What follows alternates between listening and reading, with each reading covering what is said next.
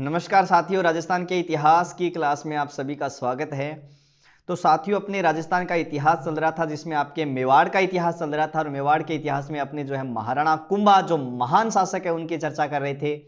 महाराणा कुंभा जो है उनके अपने थोड़ा सा जो है सामान्य परिचय देखा था। इसके बाद में मैंने आपको महाराणा कुंभा के बारे में उनका प्रथम विजय सारंगपुर विजय के बारे में आपको बताया था। और सारंगपुर विजय जो है वो इन्होंने 1437 में लड़ी थी जिसमें विजय प्राप्त की और महमूद खिलजी प्रथम जो कि मालवा का शासक था उसको पराजित करके क्या कर लिया था, इन्होंने बंदी बना लिया था। हम उसके बारे में चर्चा कर रहे थे दोस्तों।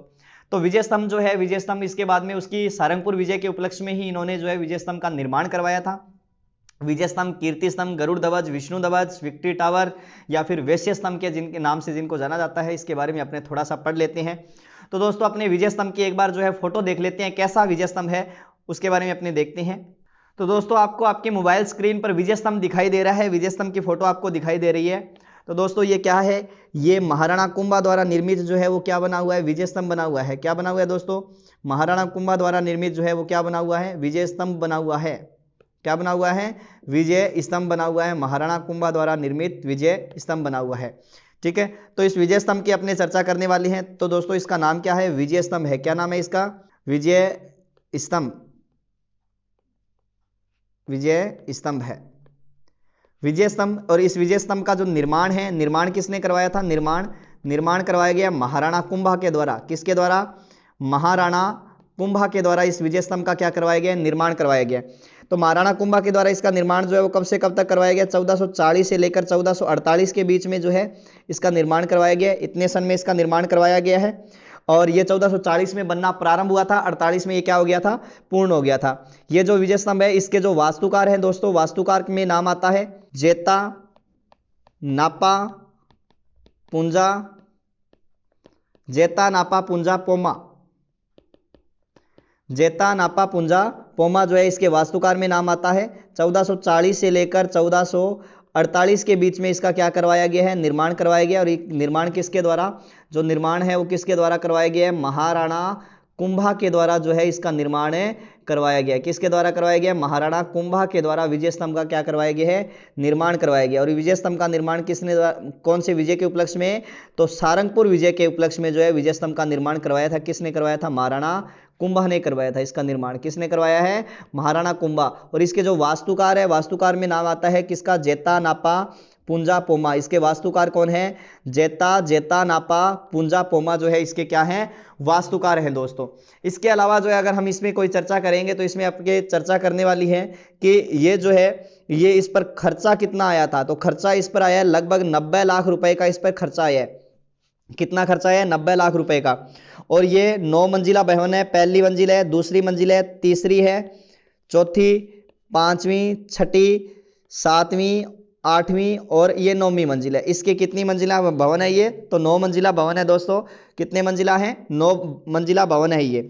ठीक है, इसकी जो तीसरी मंजिल है, इस तीसरी मंजिल पर 9 बार अल्लाह लिखा हुआ है। 9 बार कौन सा शब्द अंकित है? अल्लाह लिखा हुआ है। तीसरी मंजिल पर 9 बार, अर्थात हो सकता है कि इसी क्षेत्र पर किसी मुस्लिम का अधिकार रहा हो जिसके बाद में इस पर जो है 9 बार शब्द अंकित है जिसका नाम क्या है? अल्लाह शब्द अंकित है।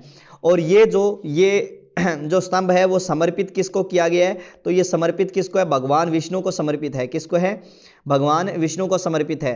ठीक है, कौन से दुर्ग में ये? तो ये चित्तौड़ दुर्ग में, ध्यान रखना। कौन से किले में बना हुआ है? चित्तौड़ दुर्ग में बना हुआ है विजय स्तंभ। कौन से किले में बना हुआ है? चित्तौड़ के किले में बना हुआ है। इसकी अगर हम ऊंचाई की बात करें तो ऊंचाई जो है इसकी ऊंचाई लगभग 120 या 122 फीट है। कितनी है? 120 फीट है या लगभग 122 फीट इसकी ऊंचाई है। और इसकी जो है अगर हम चौड़ाई की बात करें तो इसकी चौड़ाई लगभग कितनी है? 30 फीट इसकी चौड़ाई है। चौड़ाई इसकी कितनी है? तो 30 फीट है। किसकी बात कर रहा हूं मैं? विजय स्तंभ की बात कर रहा हूं। किसकी बात कर रहा हूं? विजय स्तंभ। इसके अन्य नाम मैंने आपको बताई दिए, आपको दिखाई दे रहे होंगे। विजय स्तंभ, कीर्ति स्तंभ, गरुड़ ध्वज, विष्णु ध्वज, विक्ट्री टावर, वैश्य स्तंभ है। वैश्य स्तंभ मतलब इस पर अश्लील जैन साधुओं की प्रतिमाएं लगी हुई है, इसीलिए इसको क्या कहा जाता है? वैश्य स्तंभ कहा जाता है। इसे जो है इसे क्या कहा गया है? भारतीय निर्माण कला। किसका? निर्माण कला का विश्वकोश कहा गया है। भारतीय निर्माण कला का क्या कहा गया है? इसे विश्वकोश कहा गया है। दूसरा, इसे क्या कहा गया है? भारतीय मूर्ति कला का विश्वकोश कहा है। क्या कहा गया है? भारतीय मूर्ति कला का विश्वकोश कहा गया है, भारतीय मूर्तिकला का विश्वकोश कहा गया है। और किसने कहा है? ये डॉक्टर हरमन गोटज ने कहा है। किसने? डॉक्टर हरमन जो है गोटज ने इसको क्या कहा है? भारतीय मूर्तिकला का विश्वकोश कहा है। इसके बाद में हिंदू देवी देवताओं का अजायब घर कहा गया है। इसे क्या कहा गया है? हिंदू देवी देवताओं का अजायब घर कहा गया है। अजायब घर कहा गया है। हिंदू देवी देवताओं का क्या कहा गया है? इसे अजायब घर कहा गया है। चौथी बात, इसे कर्नल टोड ने इसे जो है, कर्नल जेम्स टोड की बात कर रहा हूं मैं, कर्नल जेम्स टोड ने इसे क्या कहा है कि यह तो कुतुब मीनार से भी बेहतरीन है। किससे भी? कुतुब मीनार से बेहतरीन है। कुतुब मीनार से भी क्या है? ये बेहतरीन है। और ये जो है, ये राजस्थान पुलिस, किसका? Rajasthan police, RPSC, RPSC Rajasthan public service commission, RBSC Rajasthan board of secondary education, RBSC Rajasthan board of secondary education अर्थात माध्यमिक शिक्षा बोर्ड, जेके सीमेंट, जेके सीमेंट। और इसके अलावा वन विभाग, किसका? वन विभाग का ये क्या माना जाता है? प्रतीक चिन्ह है। वन विभाग का क्या है? ये प्रतीक चिन्ह है। कौन सा जो है? वो जो है विजय स्तंभ जो है। विजय स्तंभ को भारतीय निर्माण कला का विश्वकोश कहा गया है, भारतीय मूर्ति कला का विश्वकोश कहा गया है, और हिंदू देवी देवताओं का अजायब घर कहा गया है। कर्नल टोड ने इसे कुतुब मीनार से भी बेहतरीन बताया है। ये आपको विजय स्तंभ दिखाई दे रहा ही होगा, जो चित्तौड़ दुर्ग में बना हुआ है। कर्नल टोड ने कुतुब मीनार से बेहतरीन बताया है। राजस्थान पुलिस, आरपीएससी, आरबीएससी, जेके सीमेंट और वन विभाग का क्या माना जाता है? इसको प्रतीक चिन्ह माना जाता है। ठीक है। अगली बात, अगर हम इस विजय स्तंभ में बात करें तो अगली बात आपकी आ जाएगी कि राजस्थान की प्रथम इमारत, क्या? कि राजस्थान की प्रथम इमारत है जिस पर 15 अगस्त 1949 ईस्वी को भारतीय डाक विभाग ने 1 रुपए का डाक टिकट जारी किया था। ठीक है, कि राजस्थान की प्रथम इमारत है जिस पर भारतीय डाक विभाग ने 1 रुपए का क्या किया है? डाक टिकट जारी किया था। ठीक है, राजस्थान की प्रथम इमारत जिस पर 15 अगस्त 1949 को भारतीय डाक विभाग ने 1 रुपए का क्या किया है? डाक टिकट जारी किया है। ठीक है, और इसके अलावा एक चीज और मैं आपको बता देता हूं कि जो वेरी इंपॉर्टेंट बात है कि जो आपके फर्ग्यूसन है, फर्ग्यूसन ने इसकी तुलना रोम के टार्जन से की है। किससे की है? रोम के टार्जन। टार्जन जो है रोम में बना हुआ क्या है? कि एक स्तंभ है, ठीक है, टावर है, जिससे तुलना की है फर्ग्यूसन ने इसकी तुलना। इसके अलावा मैं इसमें अगर हम और बात करें तो आरबी व्यास ने, किसने? आरबी व्यास जो है, आरबी व्यास ने विजय स्तंभ को क्या कहा है? तो हिंदू प्रतिभा की अनुपम निधि कहा है। हिंदू प्रतिभा की अनुपम निधि कहा है विजय स्तंभ को। हिंदी जो है हिंदू प्रतिभा की अनुपम निधि कहा है विजय स्तंभ को। किसने कहा है? आरबी व्यास ने। ठीक है, ये जो है 9 मंजिला जो भवन है ना, कितना मंजिला है? 9 मंजिला जो है, जो मैंने आपको बता दिया, जो नवनिधियों का प्रतीक है, इसकी 9वीं मंजिल जो है वो बिजली गिरने से गिर गई थी स्वरूप सिंह के शासनकाल में। किससे? बिजली गिरने से गिर गई थी। किसके शासनकाल में? स्वरूप सिंह के शासनकाल में। तो इस स्वरूप सिंह में, किसके शासनकाल में? स्वरूप सिंह के काल में इसका क्या हुआ है? पुनः निर्माण किया गया। स्वरूप सिंह के काल में इसी विजय स्तंभ की 9वीं मंजिल का क्या किया गया था? पुनः निर्माण किया गया था। किसके शासनकाल में किया गया था? स्वरूप सिंह के शासनकाल में 9वीं मंजिल का पुनः निर्माण किया गया था। ठीक है, और यह भी बताया जा रहा है कि इसकी मंजिल जो है, ये 8वीं 9वीं मंजिल है, इसी मंजिल पर ही क्या है कि विजय स्तंभ पर जो है कीर्ति स्तंभ, क्योंकि इसका दूसरा नाम है कीर्ति स्तंभ, प्रशस्ति अंकित है। कीर्ति स्तंभ क्या लिखी गई है? प्रशस्ति अंकित है। और इस कीर्ति स्तंभ प्रशस्ति के जो रचयिता हैं तो ये अत्रि हैं। कौन है? अत्रि भट्ट है। कौन है? अत्रि भट्ट है। और अत्रि भट्ट ने इसको प्रारंभ किया था। क्या किया है? प्रारंभ किया, किंतु अत्रि भट्ट की मृत्यु होने के बाद में इस जो है इसको पूर्ण किया कीर्ति स्तंभ प्रशस्ति ने, जिसका नाम है महेश भट्ट, जो कि अत्रि भट्ट के पुत्र थे, महेश भट्ट। इन्होंने इसको पूर्ण किया था। और दोनों को इतिहास में अभिकवि के नाम से जाना जाता है। किस नाम से जाना जाता है? अभिकवि के नाम से जाना जाता है। दोनों को इतिहास में अभिकवि के नाम से संबोधित किया जाता है। किसको? अत्रि भट्ट और महेश भट्ट को, क्योंकि अत्रि भट्ट ने इसको लिखना प्रारंभ किया, महेश भट्ट ने इसको क्या किया था? पूर्ण किया था। ध्यान रखना, ठीक है ना। जिनको अभी कवि कहा जाता है। और भारत की ये एकमात्र ऐसी इमारत है जो कि बाहर और अंदर दोनों तरफ से मूर्तियों से ढकी हुई है। ठीक है, बाहर और अंदर दोनों तरफ से जो है मूर्तियों से ढकी हुई है, ऐसी इमारत है ये। आई बात समझ में? ठीक है, कौन सा है ये? जो है विजय स्तंभ है। इसके अलावा इसी किले के अंदर एक जैन कीर्ति स्तंभ और है। ठीक है, थोड़ा सा उसके बारे में बता देता हूं। नोट, जैन कीर्ति स्तंभ, जैन कीर्ति स्तंभ भी चित्तौड़ किले में है। कहां है? चित्तौड़ दुर्ग में है, जिसका निर्माण, जैन कीर्ति स्तंभ जिसका निर्माण जैन महाजन बघेराव जीजा ने करवाया था। जीजा ने करवाया। जैन महाजन बघेराव, जिसका निर्माण जैन महाजन बघेराव जीजा के द्वारा इसका निर्माण करवाया गया था। किसका? जैन कीर्ति स्तंभ का, जैन कीर्ति स्तंभ का। और ये जो है जैन जो तीर्थंकर थे प्रथम, जिनका नाम आता है आदिनाथ या ऋषभदेव, ये 7 मंजिला है भाई। ऋषभदेव को क्या किया गया? इसको समर्पित किया गया। जैन तीर्थंकर आदिनाथ या ऋषभदेव को ये क्या है? समर्पित है। जिसकी जो ऊंचाई है, ऊंचाई लगभग कितनी है? 22 मीटर है। कितनी है? 22 मीटर या लगभग 75 फीट इसकी ऊंचाई है। 7 मंजिला भवन है ये। ठीक है, तो ध्यान रखना ये जैन कीर्ति स्तंभ भी क्या है? इसी किले के अंदर बना हुआ है। तो ये विजय स्तंभ आप इसको देख लीजिए, स्क्रीनशॉट लेना चाहते हो ले सकते हो। ठीक है दोस्तों,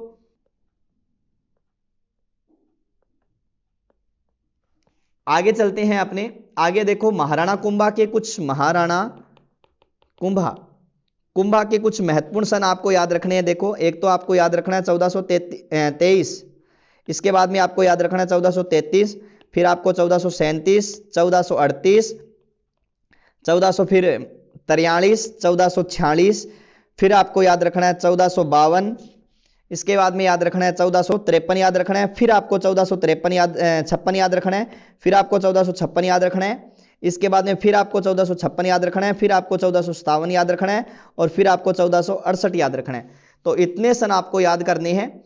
देखो वास्तव में हुआ क्या कि हमने महाराणा कुंभा की जो है पहली समस्या को पढ़ लिया था। ये रहा मालवा विजय, इस विजय के उपलक्ष्य में विजय स्तंभ का निर्माण करवाया, पहली समस्या को पढ़ लिया था।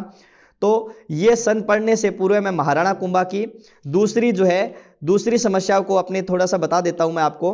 तो दूसरी समस्या जैसे मान लो कि यहां तक हमने पढ़ लिया कि महाराणा कुंभा का इस समय क्या हुआ था कि महाराणा कुंभा का जन्म हुआ है। कुंभा या कुंभकर्ण भी कहा जाता है, ध्यान रखना। 1433 में महाराणा कुंभा का क्या हुआ था? राज्याभिषेक हुआ था। इसके अलावा 1437 ईस्वी में क्या हुआ था? 1437 ईस्वी में जो है सारंगपुर का युद्ध हुआ था। कौन सा युद्ध हुआ था? सारंगपुर का युद्ध हुआ था। कौन सा युद्ध हुआ? सारंगपुर युद्ध। मतलब सारंगपुर में महाराणा कुंभा की क्या हुई थी? विजय हुई थी। ये हमने पढ़ लिया था। इसके बाद में अपने दो महाराणा कुंभा, दूसरी जो समस्या थी, दूसरी समस्या क्या थी? रणमल को रास्ते से हटाना। तो हुआ क्या कि जब हंसाबाई का विवाह मोक्कल से हुआ तो हंसाबाई के साथ एक दासी आई थी जिसका नाम था भारमली। क्या नाम था? भारमली। और हमें रास्ते से किसको हटाना है? रणमल को। और इधर कौन है? शासक कौन है? महाराणा कुंभा। अब भाई होयो के ये रणमल जो है, रणमल भारमली से प्रेम करता था। भारमली प्रेम कौन करतो? रणमल। और भारमली प्रेम करती थी किससे? कुंभा से। ठीक है, प्रेमी दो हो गया, और दोनों एक दूसरे के विपरीत, तो आपसी में लड़ाई तो होनी है। तो रणमल और जो है कुंभा। और रणमल दूसरी समस्या ये क्या थी कि ये मेवाड़ की जो है या चित्तौड़ की जो है जितने भी शक्तियां थी, उन शक्तियों का क्या कर रहा था? दुरुपयोग कर रहा था। ऐसी स्थिति में महाराणा कुंभा ने एक जहर की शीशी ला कर दी। क्या दिया? एक जहर की शीशी ला कर दी। और ये जहर की शीशी जो है किसको पकड़ाई? भारमली को दी। भारमली को कहा कि भारमली ऐसे कर, ये जहर की शीशी तू पिला दे। किसको? ले जाकर रणमल को, क्योंकि वो तेरे से प्रेम करता है, तेरी बात मानेंगे को नहीं। ठीक है, यहाँ आराम हो गिलास या गुलूसी हम बना गए, पैक पुक बना गए, बिगमा घात के लेके जाई पिए नैरोई को नहीं। तो भारमली जो है, भारमली ने कुंभा के कहने पर, क्योंकि देखो स्वाभाविक सी बात है, भारमली की बात कौन मानेगा? रणमल मानेगा। और भारमली किसकी बात मानेगी? कुंभा की बात मानेगी, क्योंकि आपको पता है ये दिखाई दे रही है। ठीक है, तो ऐसी स्थिति में जो है भारमली ने शाम के समय एक बनाया गिलास। और गिलास जो है, गिलास का मतलब पैक बनाया, 2 ml डाली इसके अंदर, और इसके अंदर साथ में क्या डाल दी? ऊपर से जहर की शीशी डाल दी। ठीक है, पैग बनाकर जो है लेकर गई किसके पास में, ये भारमली, तो किसके पास में, रणमल के पास में। और रणमल की इसने क्या कर दी है, पैग पिलाकर जो है, पैग पिला दिया, जहर था, पी गए जो है, क्या कर दियो वो तो जानते रहे हो रणमल तो। लेकिन कुछ इतिहासकार यहाँ भी कह जहर पिला गए और बाद में कुदरती से जीम तो रहेगी तो रमान हो जैसे ही वास्ते खटिया का बांध के टिका के कुट्टे और मुंदो मार के छोड़ दियो। तो यहाँ कर आ भी प्रक्रिया हुई अंदर। तो ऐसी स्थिति के अंदर जो है पैग वगैरह बढ़ाकर जो है रणमल की, भारमली के हाथों से रणमल की क्या करवा दी गई, हत्या करवा दी गई। कब करवा दी गई, 1438 ईस्वी के अंदर। तो रणमल का उसी समय यहां पर पुत्र मौजूद था जिसका नाम क्या था, जोधा। अब जोधा जो है, जोधा जो है यहां पर मेवाड़ में एक वाक्य गूंजने लग गया कि जोधा भाग सके तो भाग ले, थारो बाप रणमलियो तो मार्यो गयो। कि जोधा भाग सके तो भाग ले, थारो बाप रणमलियो तो मार्यो गयो। तो जोधा जो है यहां से भागता है। भागने के बाद जाना किस, कहां था इसको, मंडोर। मंडोर कहां पड़ता है, जोधपुर में पड़ता है। कहां पड़ता है मंडोर, जोधपुर में पड़ता है। यहां जाना था मंडोर, किसको जाना था, जोधा को। कहां जाना है, मंडोर जाना था। तो ऐसी स्थिति में हुआ क्या कि मंडोर के अंदर जो है वो पहले से ही पहुंच गए, कौन, कुंवरचूड़ा। क्योंकि कुंवरचूड़ा जो है संरक्षक बनने की इसने प्रतिज्ञा ली थी, भी सुरक्षा करूंगा जब तक मैं जीवित रहूंगा, ठीक है। तो मंडोर पर अधिकार किसने कर लिया, कुंवरचूड़ा ने। तब जोधा जो है भागकर कहां चले जाते हैं, तो बीकानेर के काहुनी गांव में चले जाते हैं जोधा। कौन से गांव में, बीकानेर के काहुनी गांव में चले जाते हैं। कौन चले जाते हैं, जोधा जी बीकानेर के काहुनी गांव में चले जाते हैं। और मंडोर पर अधिकार किसका हो जाता है, तो मंडोर पर कुंवरचूड़ा का अधिकार हो जाता है। और मंडोर जो है वो कुंवरचूड़ा ने अपने दो सेनापतियों आल्हा और हिंगोड़ा को सौंपा था। किसको सौंपा है, आल्हा और हिंगोड़ा को सौंपा था, जो लगभग 15 वर्षों तक इनके पास में रहा था। तो ऐसा प्रश्न आता है कि मारवाड़ जो है, मारवाड़ 15 वर्षों तक, 15 वर्षों तक, 1438 में मृत्यु हुई थी, 15 वर्षों तक मेवाड़ के नियंत्रण में रहा था, नियंत्रण में रहा, कुंवरचूड़ा के नियंत्रण में रहा था। उसके बाद में बताते हैं कि जो हंसाबाई है, इस हंसाबाई ने क्या किया, हंसाबाई ने सन 1453 ईस्वी में कुंभा प्लस जोधा के बीच में क्या करवा दी, संधि करवा दी। इस संधि में क्या हुआ, ये संधि जो है, जैसे मान लो कि जैसे मैं आपके सामने राजस्थान का छोटा सा नक्शा बना रहा हूं,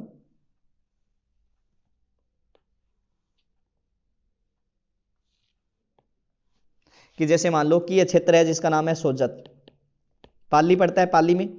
इस सोजत को निर्धारित मतलब केंद्र मान लिया गया है। सोजत को क्या मान लिया गया, केंद्र मान लिया गया। इस तरह से मान लो इनकी सीमा है, सोजत को केंद्र मान लिया और कह दिया गया कि ये जो ऊपर की सीमा है ये तो रहेगी मारवाड़ की। सोजत के ऊपर की सीमा क्या रहेगी, मारवाड़ की रहेगी। और सोजत के जो नीचे की सीमा है ये किसकी रहेगी, मेवाड़ की रहेगी, ठीक है। सोजत पाली में पड़ता है, कहां पड़ता है, पाली में पड़ता है। इसको केंद्र मान लिया गया और इसके ऊपर की सीमा मारवाड़ की और इसके नीचे की सीमा किसकी मान दी गई, मेवाड़ की मान ली गई, ठीक है। और ये जो संधि हुई थी, संधि का नाम था आवल बावल की संधि। आवल बावल की संधि जो कि कब हुई है, सन 1453 ईस्वी में कुंभा और जोधा के बीच में हुई है, जिसकी संधि करवाने वाली कौन थी, तो हंसाबाई। और दोनों के बीच में जो है इनकी सीमाओं का निर्धारण कर दिया गया। इनकी सीमाओं का क्या कर दिया गया था, निर्धारण कर दिया गया था। कौन सी संधि के तहत, तो आवल बावल की संधि के तहत। इस संधि में इसके अलावा एक परिणाम और निकला, क्या, कि जोधा की पुत्री, जोधा की पुत्री, जो अवल बावल की संधि इसके तहत जोधा की पुत्री जिसका नाम था श्रृंगार देवी, क्या नाम था, श्रृंगार देवी। और इस श्रृंगार देवी का जो विवाह है, श्रृंगार देवी का विवाह जो तय कर दिया गया किसके साथ, तो तय कर दिया गया किसके साथ, महाराणा कुंभा के पुत्र रायमल के साथ। किसके साथ है, महाराणा कुंभा के पुत्र रायमल के साथ जो है इसका विवाह तय कर दिया गया या विवाह कर दिया गया। मतलब अब दोनों मित्र बन गए हैं, दोनों संबंधी बन गए हैं, ठीक है ना। तो ये दो जो है, ये दो सन आपके सामने याद रखने। एक तो 1453 जिस समय में कौन सी संधि हुई, आवल बावल की, तो मैं यहां लिख देता हूं कि 1438 ईस्वी में क्या हुआ, 1438 में तो रणमल की क्या हुई है, हत्या हुई है। रणमल की क्या कर दी गई, हत्या। और 1453 में क्या हुआ था, 1453 में क्या हुआ है, आवल बावल की संधि हुई है। आवल बावल की क्या हुई है, संधि हुई है, ध्यान रखना इस बात का, ठीक है। आवल बावल की संधि हुई है। इसके बाद में अपने आगे चलते हैं। इसके बाद में अगर हम आगे की चर्चा करें तो वास्तव में हुआ क्या कि मालवा का जो महमूद खिलजी है ना, मालवा का महमूद खिलजी, इस मालवा के महमूद खिलजी ने क्या किया, आक्रमण कर दिया किस पर, कुंभलगढ़ दुर्ग पर। कौन से दुर्ग पर, कुंभलगढ़ दुर्ग पर आक्रमण कर दिया। और कुंभलगढ़ में जो वहां का किलेदार था उसका नाम था दीप सिंह, नाम आता है, दीप सिंह मारा गया था। तो इस किले पर आक्रमण कर दिया महमूद खिलजी ने, और महमूद खिलजी ने यह आक्रमण जो है 1443 ईस्वी को किया था। इस आक्रमण के दौरान महमूद खिलजी ने क्या किया कि कुंभलगढ़ दुर्ग में बनी हुई कौन सी माता की मूर्ति, बाण माता की मूर्ति, इसको नष्ट कर दिया और इस मूर्ति के क्या करवा लिए, इसने टुकड़े करवा लिए। और ये टुकड़े जो है वो किसको दे दिए, कसाईयों को दे दिए। किसके लिए, मांस तोलने के लिए। किसके लिए, मांस तोलने के लिए कसाईयों को दे दिए। और यहीं पर एक नंदी की मूर्ति थी, कौन सी नंदी की है, नंदी की मूर्ति है, और नंदी की मूर्ति का इन्होंने क्या बनवाया, चूना बनवा दिया। नंदी की मूर्ति का ही चूना बनवा दिया, जिसको यहाँ के स्थानीय निवासियों को वो नंदी की मूर्ति का चूना जो है पान में खिलवाया था।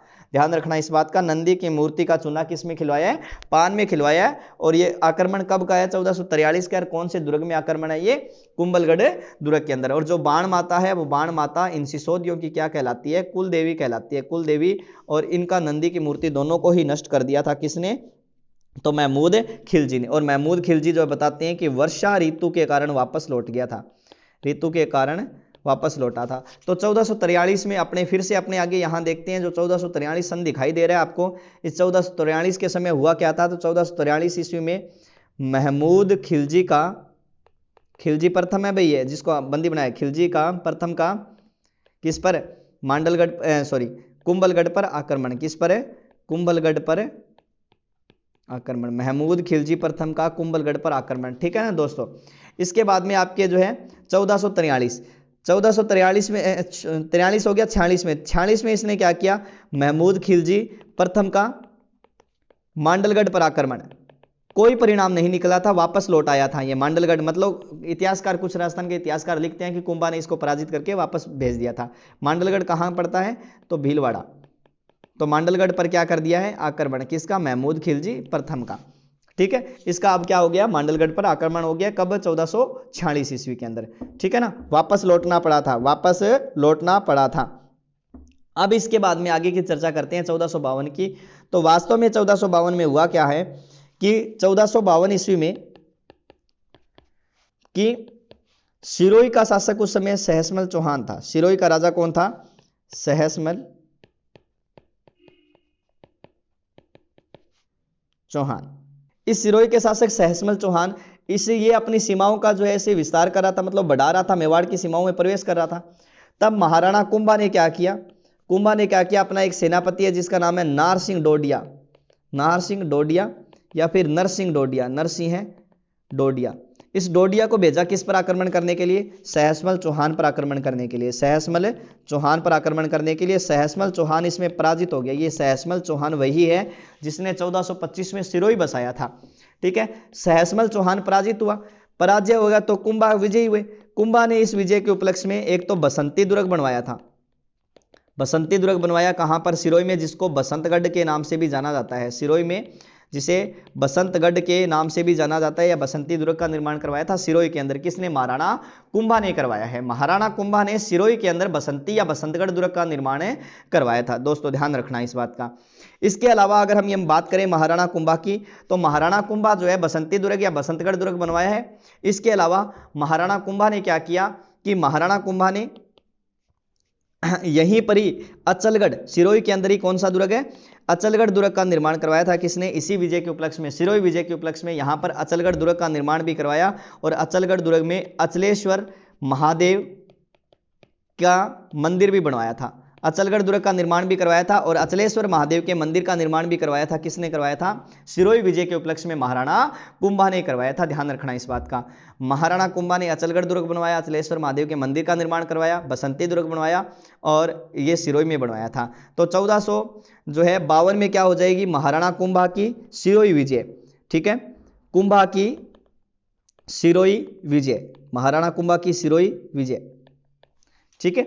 अब 1456 की बात आ जाती है। तो क्या हुआ 1456 में, पहले 1456 में आपको बता देता हूं कि 1456 में हुआ क्या था विशेष है।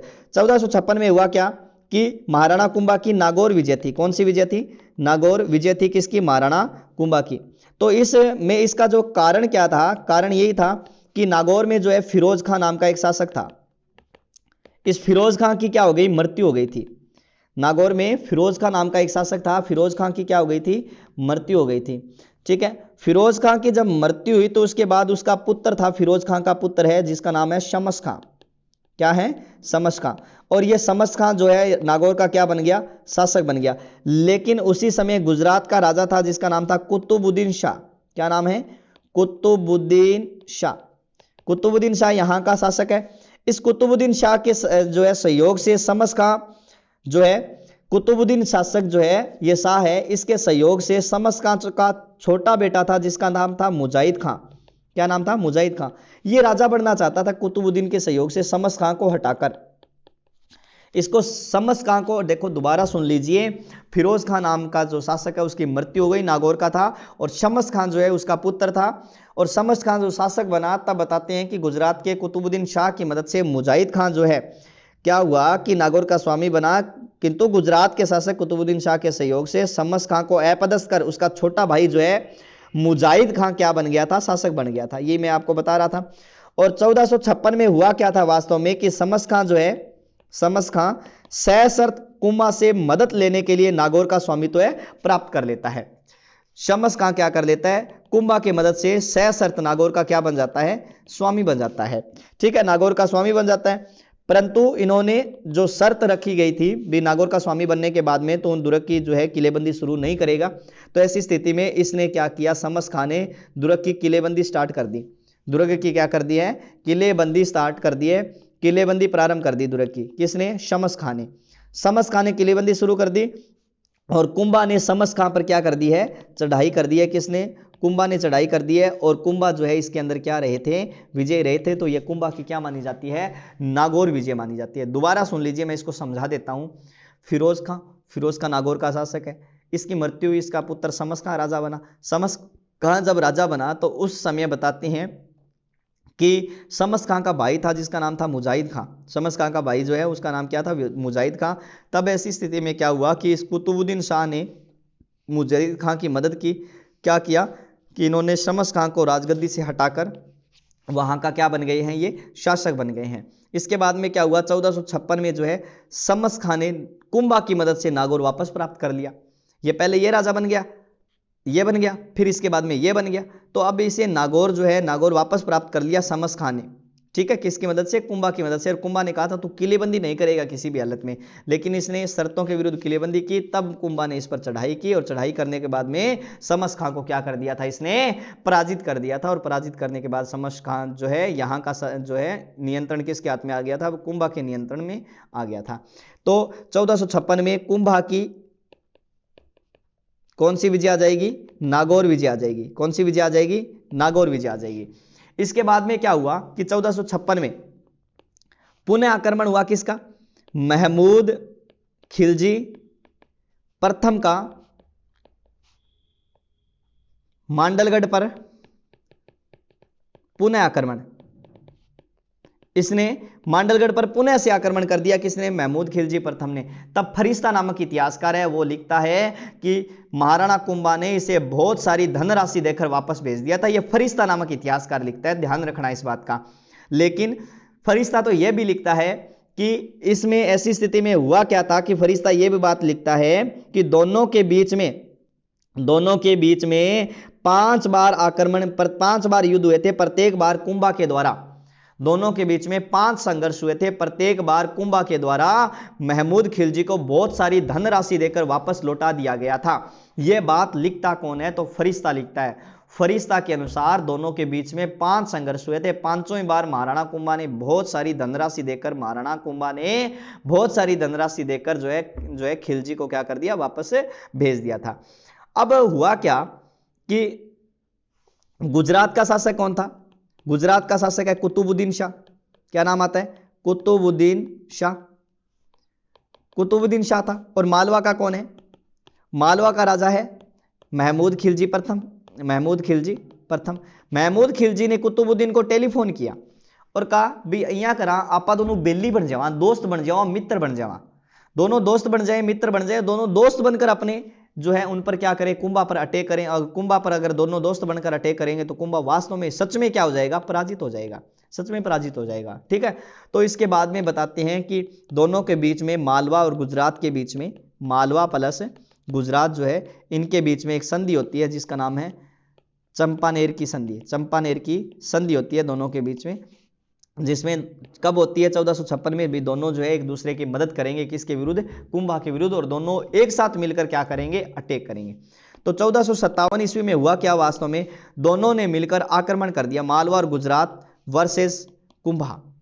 और तीनों का जो है लड़ाई हुई थी वो कौन से स्थान पर हुई थी, तो ध्यान रखना तीनों की लड़ाई जो होती है वो तीनों का युद्ध और जो संघर्ष होता है वो तीनों का युद्ध या संघर्ष होता है बदनौर नामक स्थान पर। कब होता है, 1457 में बदनौर का युद्ध। बदनौर के युद्ध में महाराणा कुंभा ने मालवा प्लस गुजरात के राजा दोनों को ही क्या कर दिया, पराजित कर दिया। दोनों को ही क्या कर दिया है, पराजित कर दिया है। मालवा और गुजरात दोनों को ही पराजित कर दिया। और इस विजय के उपलक्ष्य में, अर्थात महाराणा कुंभा ने बदनौर विजय के उपलक्ष्य में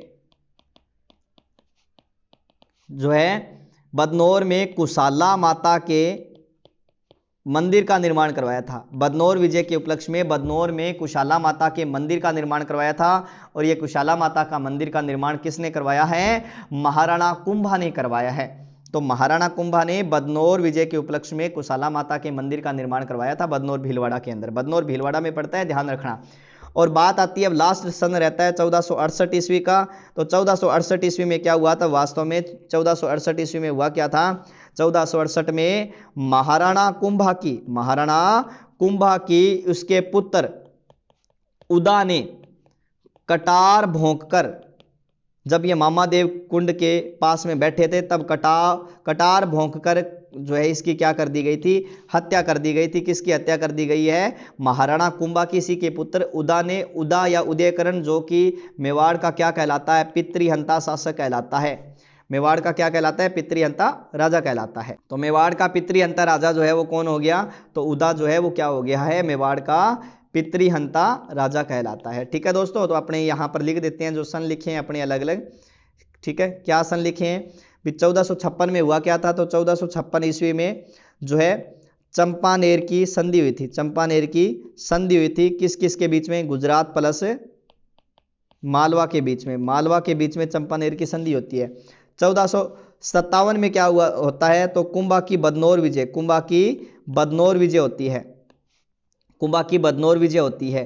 ठीक है, और 1468 में क्या होता है, उदा द्वारा कुंभा की हत्या, उदा द्वारा कुंभा की हत्या। तो अलग अलग सन है, ये आपके सामने है, तो आप ये इनको याद कर सकते हो। 1423, 33, 37, 38, 43, 46, 52, 53, 56, 56, 56, 57 और 68, ये सारे के सारे किस में आएंगे, महाराणा कुंभा में आएंगे दोस्तों। तो कुंभा की जो राजनीतिक उपलब्धियां थी वो राजनीतिक उपलब्धियां यहाँ क्या होती है, कंप्लीट होती है। मतलब कुंभा ने जो जो युद्ध लड़े थे मुख्य उन युद्धों की अपने कुंभा की क्या कर ली है, चर्चा कर ली। अब आगे चलते हैं, हम कुंभा की उपाधियों के बारे में पढ़ते हैं। महाराणा कुंभा की उपाधियां, तो हेडिंग डाल लीजिए, महाराणा कुंभा की उपाधियां। किसकी, महाराणा कुंभा की उपाधियां। तो महाराणा कुंभा ने लगभग बहुत सी उपाधियां, 105 के करीब उपाधि धारण की थी, जिसमें सबसे पहली आती है अभिनव भट्टाचार्य। क्या नाम आता है, अभिनव भट्टाचार्य। दूसरा आता है हिंदू सुल्तान। तीसरा आता है हिंदूपति बादशाह। चौथा आता है राणो रासो। पांचवा आता है हालगुरु। छठा आता है हालगुरु के बाद में छापगुरु के बाद में सातवां आता है चापगुरु। फिर आता है राजगुरु के बाद में आपके आता है, राजगुरु के बाद में आपके 9 नंबर पर आती है शैलगुरु। क्या नाम आता है, शैलगुरु के बाद में आपके अगले जो उपाधि आती है उसका नाम है दानगुरु। क्या नाम है, दानगुरु के बाद में आपका आता है धीमान। क्या नाम आता है, धीमान के बाद में आपके आता है नंदीकेश्वर अवतार के बाद में आपका आता है परम गुरु। ठीक है, परम गुरु कह सकते हो। इसके बाद में आप जो उपाधि ले सकते हो नाट्य राज या नाटक राज। क्या नाम आता है, नाटक राज। और इसके बाद में आपकी जो उपाधि आती है तोडरमल, थोड़ी लिखी है मैंने, वैसे 105 से 8 के करीब इनकी उपाधि है महाराणा कुंभा की। तो ये इतनी उपाधियां हैं। तोडरमल जो है, तोडरमल का मतलब होता है एक तरह से तोडरमल का मतलब क्या होता है? तीनों सेनाओं का प्रधान होता है। तोडरमल का मतलब तीनों सेनाओं का प्रधान। तीन सेना जो है वो कौन कौन सी है? नरेश, धैश और तीसरी है हस्तिश। तीनों सेनाओं का प्रधान जो है वो क्या कहलाता है? तोडरमल कहलाता है। तीन सेना कौन कौन सी? पैदल सेना, इसके बाद में घुड़सेना, घुड़सेना के बाद में गज सेना। नरेश, धैश और हस्तिश, ठीक है। पैदल सेना, घुड़सेना और गज सेना, ये तीन सेनाएं हैं। तीनों सेनाओं का क्या है? प्रधान जो है वो कौन है? तोडरमल कहलाता है। तीन सेनाओं का प्रधान जो है वो कौन कहलाता है? तोडरमल कहलाता है। ध्यान रखना इस बात का। इसमें जो सबसे पहली बात है वो आती है आपके अभिनव भट्टाचार्य। अभिनव भट्टाचार्य अर्थात संगीत में निपुण होने के कारण, संगीत में निपुण होने के कारण या विपुल जानकारी होने के कारण, निपुण होने के कारण जो है इन्हें क्या कहा जाता है? जो है क्या कहा जाता है? अभिनव भट्टाचार्य कहा जाता है, ठीक है। ये जो हिंदू सुल्तान है ये राजपूत शासकों द्वारा दी गई थी। जो भी समकालीन राजपूत शासक थे इनके द्वारा दी गई थी, राजपूत शासकों द्वारा प्रदत्त। और ये जो है समकालीन हिंदुपति बादशाह समकालीन मुस्लिम शासकों द्वारा प्रदत्त है। ये समकालीन मुस्लिम शासकों द्वारा जो दी गई थी, शासकों द्वारा क्या है? ये प्रदत्त है, मुस्लिम शासकों द्वारा प्रदत्त है। राणो रासो क्या होती है? तो राणो रासो होता है विद्वानों का आश्रयदाता होने के कारण, विद्वानों का आश्रयदाता होने के कारण जो है इनको कौन सी उपाधि दी गई है? राणो रासो की दी गई है। और हालगुरु जो होता है, हालगुरु जो होता है वो हालगुरु होता है गिरि दुर्गों का स्वामी होने के कारण। कौन सा? गिरि दुर्ग जो होते हैं ना, गिरि दुर्गों का स्वामी जो है वो किस नाम से जाना जाता है? हालगुरु के नाम से जाना जाता है। छापगुरु जो होता है, छापगुरु होता है छापामार या गुरिल्ला युद्ध पद्धति में निपुण, छापामार या गुरिल्ला युद्ध पद्धति में निपुण होने के कारण, युद्ध पद्धति में क्या होने के कारण? निपुण होने के कारण, ठीक है। गुरिल्ला युद्ध पद्धति में निपुण होने के कारण क्या कहलाता है? छापगुरु कहलाता है। चापगुरु जो होता है वो धनुर्विद्या में पारंगत होने के कारण होता है। धनुर्विद्या में क्या होने के कारण? पारंगत होने के कारण, धनुर्विद्या में पारंगत होने के कारण वो क्या कहलाता है? चापगुरु कहलाता है। इसके बाद में राजगुरु होता है अन्य राजाओं को शिक्षा देने के कारण, अन्य राजाओं को शिक्षा देने के कारण, शिक्षा देने के कारण जो है इनको क्या कहा गया है? राजगुरु कहा गया है। सेलगुरु होता है भाला चलाने में निपुण होने के कारण, भाला चलाने में क्या होने के कारण है? निपुण होने के कारण। दानगुरु होता है दानशीलता के कारण, दानशीलता के कारण। धीमान होता है बुद्धिमतापूर्ण, बुद्धिमतापूर्ण निर्णय लेने के कारण, निर्णय लेने के कारण, बुद्धिमतापूर्ण निर्णय लेने के कारण। नंदी के ईश्वर अवतार, नंदी के ईश्वर के अवतार अर्थात शिव के अवतार कहा गया है, ठीक है। नाटक राज, नाट्य शास्त्र में निपुण होने के कारण, किसमें?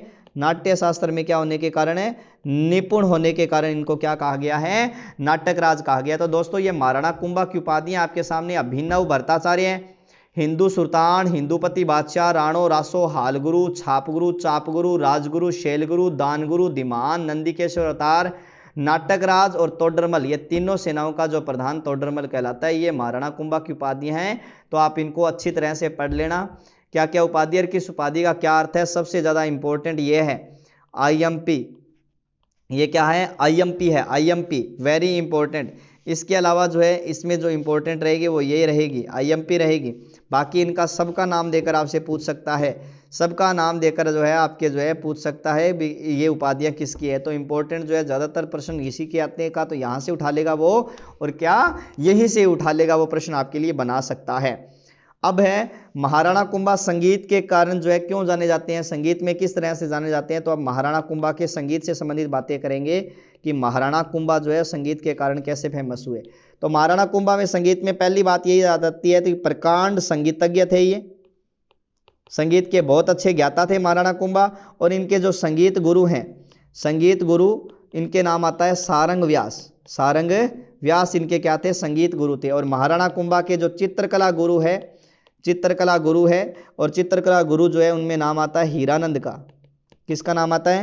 हीरानंद का, जो कि चित्रकला गुरु है। हीरानंद जो है, इस हीरानंद की उपाधि आती है, कविराज की उपाधि आती है, जो कि किसने दी थी? महाराणा कुंभा ने दी थी। ठीक है ना दोस्तों। इसके बाद में अगर हम इसी में चर्चा करें तो इसी में आपको याद रखना है कि कुंभा ने संगीत आधारित अनेक ग्रंथ रखे थे। कुंभा ने संगीत आधारित, कुंभा के संगीत आधारित ग्रंथ, कुंभा ने जो संगीत आधारित ग्रंथ लिखे थे उसमें सबसे पहले नाम आता है संगीत राज। क्या नाम आता है? संगीत राज। और ये जो संगीत राज है ये 5 भागों में है। किस किस भाग में है? ठीक है, पाठ रतन कोश, पाठ रतन कोश, गीत रतन कोश, कौन सा है? गीत रतन कोश, पाठ रतन कोश है, गीत रतन कोश है, वाद्य रतन कोश है, वाद्य रतन कोश है। कुंभा के संगीत आधारित ग्रंथ हैं संगीत राज, जिसमें पाठ रतन कोश है, गीत रतन कोश है और वाद्य रतन कोश है। इसके अलावा नृत्य रतन कोश है, रतन कोश है। ठीक है, इसके अलावा जो लास्ट रह गया वो रस रतन कोश है। ये पटवारी में आया हुआ है भाई ये प्रश्न कि संगीत राज कितने भागों में है, तो 5 भागों में विभाजित है संगीत राज। कितने भागों में है? 5 भागों में है। इसके बाद में अगला जो ग्रंथ आता है वो आता है संगीत मीमांसा। कौन सा आता है? संगीत मीमांसा ग्रंथ आता है। तीसरा जो ग्रंथ है उसमें नाम आता है इनका सूड प्रबंध। क्या नाम आता है? सूड प्रबंध आता है। चौथा ग्रंथ इनका जो है रसिक प्रिया है। कौन सा ग्रंथ है? रसिक प्रिया, जो कि जयदेव की कृति भी, जयदेव ने एक ग्रंथ लिखा था जिसका नाम था गीत गोविंद।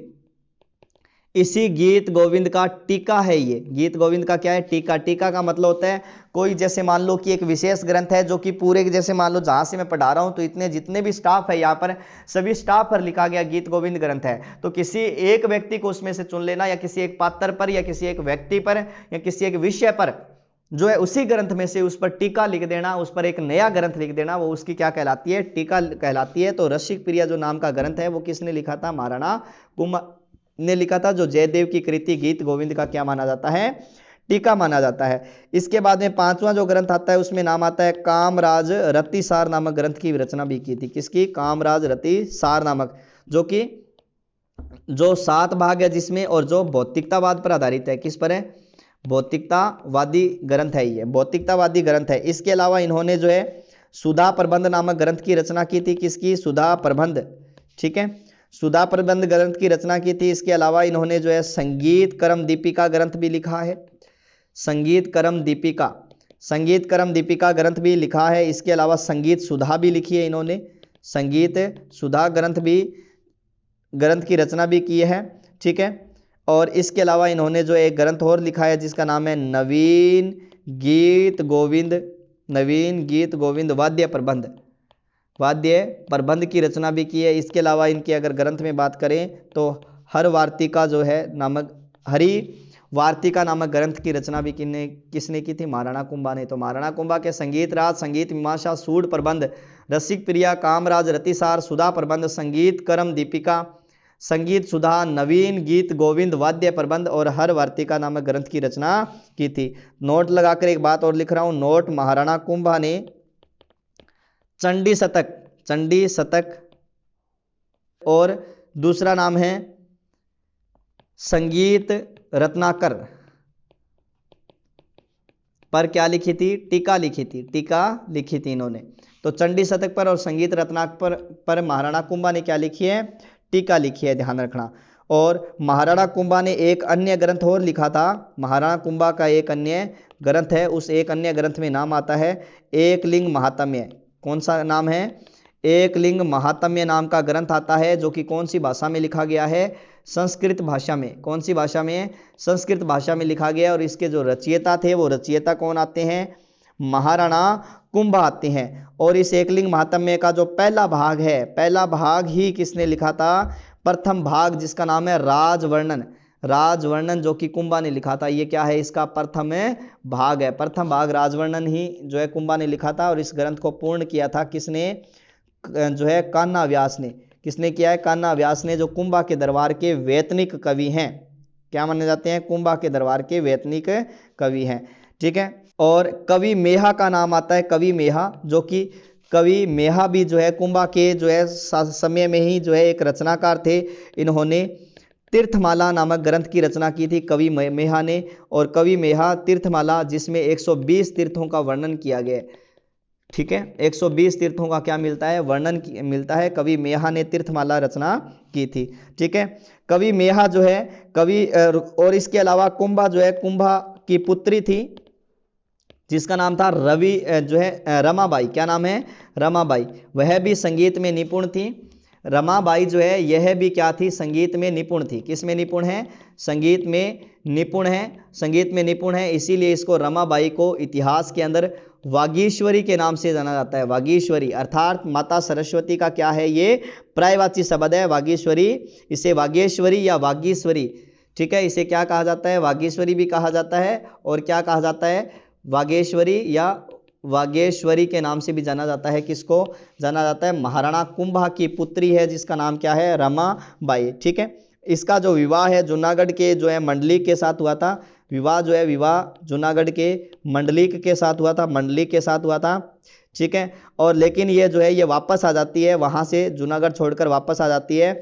और जब ये वापस उदयपुर आती है तो उदयपुर मतलब मेवाड़ में आती है, तो मेवाड़ के जावर जो नामक स्थान है, जावर का परगना जो है वो किसको दिया गया था, रमाबाई को दिया गया था। ध्यान रखना, रमाबाई को दिया गया था। ठीक है, जावर में इसने रमाबाई ने जो है रामकुंड का निर्माण करवाया था। ध्यान रखना।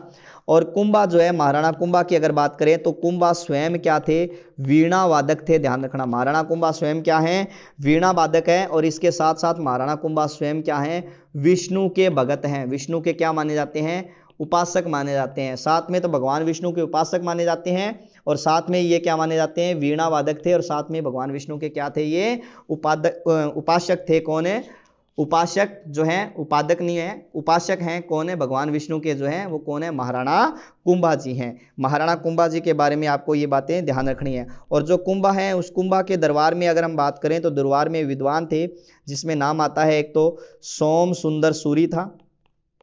क्या नाम आता है, सोम सुंदर सूरी है। इसके अलावा जयशेखर सूरी है। क्या नाम आता है, जयशेखर सूरी है। इसके अलावा इसके दरबार में टिल्ला भट्ट है। कौन है, टिल्ला भट्ट है। और इसके अलावा जो है सुंदरमणि है। क्या नाम आता है, सुंदरमणि है। और जयचंद्र सूरी है, जयचंद्र सूरी है। ये जयचंद्र सूरी भी किसके दरबार में आते हैं, कुंभा के दरबार में आते हैं। सोम सुंदर सूरी, जयशेखर सूरी, टिल्ला भट्ट, सुंदरमणि और जय सूरी, ये इसी के दरबार में थे। और भुवन कीर्ति नाम के विद्वान भी थे इसके दरबार में। कौन आते हैं, भुवन कीर्ति नाम के विद्वान भी इसी के दरबार में आते हैं। इसके अलावा इसका एक दरबारी साहित्यकार है, कुंभा के दरबारी साहित्यकार है, साहित्यकार। कुंभा का दरबारी जो साहित्यकार था, जो जिसका नाम आता है मंडन, मंडन जो कि कुंभलगढ़ दुर्ग का शिल्पी है। कुंभलगढ़ दुर्ग जिसका निर्माण महाराणा कुंभा ने करवाया था, कुंभलगढ़ दुर्ग का क्या माना जाता है, ये शिल्पी माना जाता है। कौन है, मंडन। और कुंभलगढ़ दुर्ग का जो मंडन शिल्पी माना जाता है, यही जो मंडन है, इसी मंडन ने अनेक ग्रंथों की रचना की थी। जैसे इसने ग्रंथ लिखे हैं मंडन ने, एक तो लिखा है देव मूर्ति प्रकरण। क्या लिखा है, देव मूर्ति प्रकरण की रचना की है। इसके अलावा इसने राजवल्लभ नामक ग्रंथ की रचना की है। कौन से की, राजवल्लभ नामक ग्रंथ की रचना जो है वो महाराणा कुंभा ने की है। ध्यान रखना इस बात का। ठीक है, कौन सा ग्रंथ लिखा है, राजवल्लभ। तो कौन सा ग्रंथ लिखा है महाराणा कुंभा ने, मंडन ने, राजवल्लभ। तो कौन सा ग्रंथ लिखा है मंडन ने, तो एक तो देव मूर्ति प्रकरण, एक राजवल्लभ नामक ग्रंथ की रचना की है। किसने, मंडन ने। इसके अलावा मंडन ने जो ग्रंथ लिखा है उसमें नाम आता है प्रसाद मंडन। क्या नाम आता है, प्रसाद मंडन नामक ग्रंथ लिखा है। किसने, मंडन ने लिखा है। इसके अलावा जो है मंडन ने ही वास्तु मंडन नामक ग्रंथ लिखा है, वास्तु मंडन नामक ग्रंथ लिखा है। इसके अलावा जो है मंडन ने ही कोदक जो है कोदंड मंडन नामक ग्रंथ लिखा है। इसके अलावा इसने शकुन मंडन नामक ग्रंथ लिखा है। ठीक है, और इसके अलावा रूप मंडन नामक ग्रंथ की रचना भी की है। और इसके अलावा वेद्य मंडन नामक ग्रंथ की रचना भी की है, वेद्य मंडन। तो ये मंडन के द्वारा लिखे गए ग्रंथ हैं। देव मूर्ति प्रकरण, राजवल्लभ, प्रसाद मंडन, वास्तु मंडन, कोदक मंडन, शकुन मंडन, रूप मंडन और वेद्य मंडन। ये इसका दरबारी साहित्यकार और शिल्पी दोनों ही हैं। दरबारी साहित्यकार और कुंभलगढ़ दुर्ग का शिल्पी दोनों ही है, ये ध्यान रखना। मंडन है, इस मंडन का जो पुत्र है, मंडन का पुत्र है जिसका नाम है गोविंद। क्या नाम आता है, गोविंद। और ये जो गोविंद है, इसी गोविंद ने क्या किया था, मंडन के पुत्र गोविंद जो है, इस गोविंद ने जो है एक तो ग्रंथ लिखा है कला निधि। कौन सा ग्रंथ लिखा है? कलानिधि नामक ग्रंथ की रचना की है। एक लिखा है इसने ग्रंथ उद्धार धोरणी नामक ग्रंथ की रचना की है। कलानिधि ग्रंथ लिखा है, उद्धार धोरणी नामक ग्रंथ लिखा है, और एक इसने ग्रंथ लिखा है द्वार दीपिका। कौन सा ग्रंथ लिखा है? द्वार दीपिका, जो कि मंडन का पुत्र है गोविंद, जिसने कलानिधि, उद्धार धोरणी और द्वार दीपिका नामक ग्रंथ की रचना की है। और मंडन का भाई था जिसका नाम था नाप्पा या नाथा, नाप्पा या नाथा, जो कि मंडन का क्या है? भाई है। क्या नाम आता है? नाप्पा या नाथा। मंडन का भाई है जिसका नाम आता है नाप्पा या नाथा। इसी नाप्पा या नाथा ने जो है नाप्पा या नाथा ने जो है वास्तु मंजरी नामक ग्रंथ की रचना की है। नाप्पा या जो नाथा आता है, जो मंडन का भाई है, नाप्पा या नाथा जो आता है मंडन का भाई है, इसने वास्तु मंजरी नामक ग्रंथ की रचना की है। मंडन का भाई है वास्तु मंजरी, जिसने नाप्पा या नाथा, जिसने वास्तु मंजरी नामक ग्रंथ लिखा था। तो ये सारे के सारे महाराणा कुंभा के दरबार में ही थे, ध्यान रखना। इसीलिए राणा कुंभा का शासनकाल जो है वो साहित्य की दृष्टि से भी क्या कहलाता है? स्वर्ण काल की संज्ञा दी गई है। इसके अलावा हम बात करेंगे राणा कुंभा के निर्माण कार्य की। राणा कुंभा ने कौन कौन से जो है किलों का निर्माण करवाया या क्या क्या निर्माण कार्य करवाए हैं, तो इनके निर्माण कार्य की बात करेंगे। तो राणा कुंभा के निर्माण कार्य में सबसे पहले बात करते हैं हम श्यामल दास के अनुसार। तो श्यामल दास के अनुसार, किसके अनुसार है? श्यामल दास के अनुसार राणा कुंभा ने मेवाड़ के 84 किलो में से, मेवाड़ के 84 दुर्गों में से 32 दुर्गों का निर्माण, किसके? 32 दुर्गों का निर्माण जो है वो किसने करवाया था? कुंभा ने करवाया था। 32 दुर्गों का निर्माण कुंभा ने करवाया था, ध्यान रखना इस बात का। मेवाड़ के 84 किलो में से 32 किलो का निर्माण जो है महाराणा कुंभा ने करवाया था। वो किसके अनुसार है? श्यामल दास के अनुसार है। जिसमें इसने पहला तो आता है बदनौर के निकट जो है, बदनौर भीलवाड़ा, बेराट के दुर्गों का निर्माण करवाया था। बदनौर में यही है, बेराट के दुर्गों का निर्माण करवाया। दूसरी बात, इसने जो है भोमट में अनेक दुर्ग बनवाए। भोमट जो क्षेत्र पड़ता है ना, भीलों की शक्ति जो भोमट है, उदयपुर है, डूंगरपुर के आसपास का जो क्षेत्र है, बांसवाड़ा डूंगरपुर के आसपास का क्षेत्र जो है वो भोमट का जो क्षेत्र कहलाता है। उसके यहाँ पर क्या बनवाए हैं? किले बनवाए हैं। तीसरा जो है इसने आपको पता ही है बसंती दुर्ग बनवाया था। कहाँ पर है ये? सिरोही के अंदर बनवाया है। कौन सा दुर्ग है? बसंती दुर्ग है। इसके अलावा मैंने आपको बताया था कौन सा दुर्ग बनवाया है? अचलगढ़ दुर्ग बनवाया है सिरोही के अंदर। और इसी अचलगढ़ दुर्ग में इन्होंने कौन सा है? अचलेश्वर महादेव के मंदिर का निर्माण करवाया है। कौन से महादेव के? अचलेश्वर महादेव के मंदिर का निर्माण करवाया है। इसके अलावा इन्होंने कुंभ स्वामी मंदिर बनवाया है। कौन सा मंदिर है? कुंभ स्वामी मंदिर बनवाया है। और कुंभ स्वामी मंदिर ये इन्होंने पहले ही बनवा दिया था, जहां बैठकर मीरा पूजा किया करती थी, इसीलिए इसका नाम क्या पड़ गया? मीरा मंदिर पड़ गया था। कुंभ स्वामी मंदिर, यहां बैठकर मीरा पूजा किया करती थी, इसीलिए इसका नाम क्या पड़ गया है? मीरा मंदिर पड़ गया है। ठीक है, क्या नाम पड़ गया? मीरा मंदिर पड़ गया। इसके अलावा अपनी पुत्री का विवाह इसने कौन से स्थान पर किया था? श्रृंगार चौरी मंदिर। ठीक है, ये मंदिर ही एक तरह से चित्तौड़गढ़ दुर्ग के अंदर है, श्रृंगार चौरी।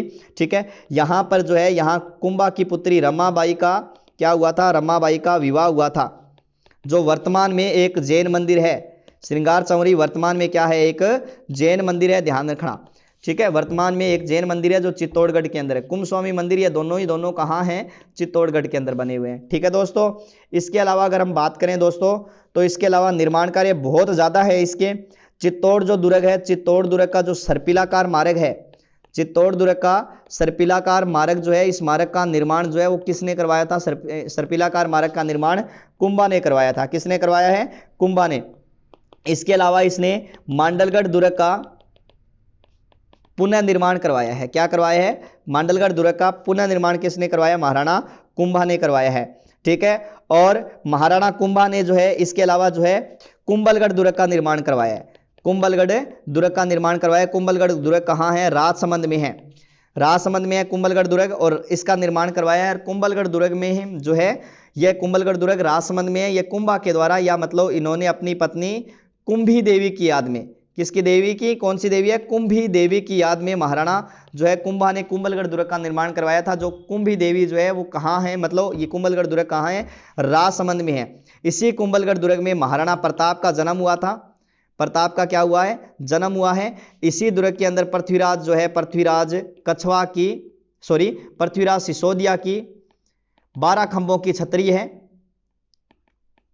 और यहीं पर ही जो है वो कौन सा दुर्ग है, कटारगढ़ दुर्ग है। कटारगढ़ का किला है इसी के अंदर ही, कटारगढ़ का किला है। इसीलिए इस कटारगढ़ के किले को जो मतलब बहुत ऊंचाई पर बना हुआ है, इसीलिए तो अब्बुल फजल ने कहा था कि अगर हम नीचे से ऊपर की तरफ देखते हैं तो इंसान के सिर की पगड़ी नीचे गिर जाती है, इतना ऊंचाई पर बना हुआ है कुंभलगढ़ दुर्ग। तो वास्तव में वो कटारगढ़ के बारे में कहा गया, जिसे क्या कहा जाता है, मेवाड़ की आंख कहा जाता है। मेवाड़ की किस नाम से जाना जाता है, आंख के नाम से जाना जाता है। और यहीं पर इन्होंने कौन सी प्रशस्ति अंकित करवाई थी, कुंभलगढ़ प्रशस्ति अंकित करवाई थी, और जिसके रचयिता जो है महेश थे।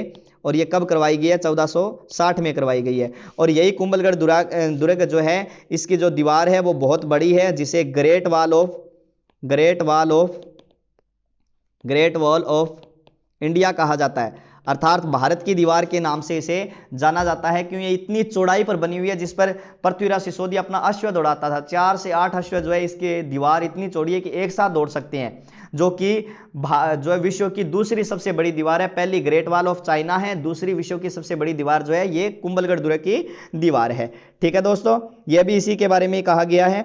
और इसके अलावा क्या है कि रणकपुर जो है ना, रणकपुर के जैन मंदिरों का निर्माण, रणकपुर के जैन मंदिरों का निर्माण कुंभा के शासनकाल में,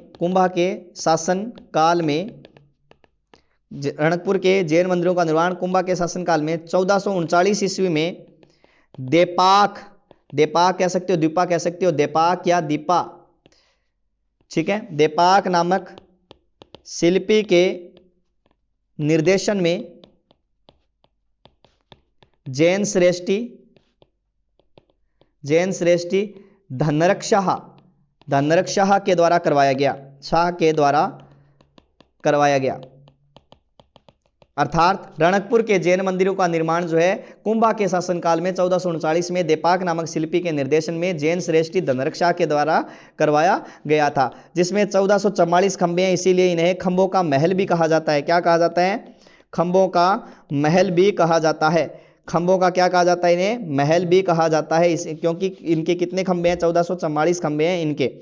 तो मतलब बहुत सारे निर्माण कार्य हो गए, बहुत सारे इनके जो ये विद्वान भी हो गए, दरबारी विद्वान भी हो गए, बहुत सारे महाराणा कुंभा ने युद्ध लड़े हैं। मतलब एक तरह से क्या है कि हर क्षेत्र में इनका शासनकाल क्या हो गया, स्वर्ण काल हो गया। तो इनका शासनकाल जो है एक तरह से पूरे राजपूत स्थापत्य, नोट लगाकर लिख रहा हूं कि राजपूत स्थापत्य कला का क्या कहलाता है, इनका शासनकाल स्वर्ण काल कहलाता है। राजपूत स्थापत्य कला का स्वर्ण काल कहलाता है महाराणा कुंभा का शासनकाल। महाराणा कुंभा का शासनकाल राजपूत स्थापत्य का क्या कहलाता है, स्वर्ण काल कहलाता है। और हरविलास शारदा ने क्या लिखा था, हरविलास शारदा ने लिखा है कि महाराणा कुंभा जो है वो कुंभा एक महान शासक, महाराणा कुंभा एक महान शासक हैं। इसके अलावा ये क्या है, महान सेनाध्यक्ष हैं, महान शासक हैं, महान सेनाध्यक्ष हैं। ठीक है, महाराणा कुंभा एक महान शासक हैं, महान ये क्या हैं, सेनाध्यक्ष हैं। इसके अलावा ये महान और क्या है, महान निर्माता हैं और वरिष्ठ विद्वान हैं। तो हरविलास शारदा ने कुंभा के बारे में कहा था, कुंभा एक महान शासक है, महान सेनाध्यक्ष, महान निर्माता और वरिष्ठ विद्वान है। ये बात किसने कही है, हरविलास शारदा ने कही है। जो है किसने, महाराणा कुंभा जो है, महाराणा कुंभा के बारे में हरविलास शारदा ने कहा है। इसी के साथ ही महाराणा कुंभा जो है वो क्या होते हैं, समाप्त होते हैं। हम इनकी उपलब्धियों के बारे में, सबके बारे में, महाराणा कुंभा के बारे में पढ़ चुके हैं। कल आपने जो है महाराणा कुंभा के पुत्र जो है उदा की चर्चा करेंगे। उदा की थोड़ी सी बात है, उस उदा की चर्चा करने के पश्चात हम इसके पुत्र जो है इसके भाई रायमल की चर्चा करने वाले हैं। और रायमल के बाद में जो शासक बनेगा उनका नाम आता है महाराणा सांगा, उनकी चर्चा करेंगे। आज के लिए इतना ही, तब तक के लिए धन्यवाद दोस्तों। बाकी चर्चा करेंगे हम कल, तब तक के लिए धन्यवाद। आज के लिए इतना ही, थैंक यू फॉर टुडे।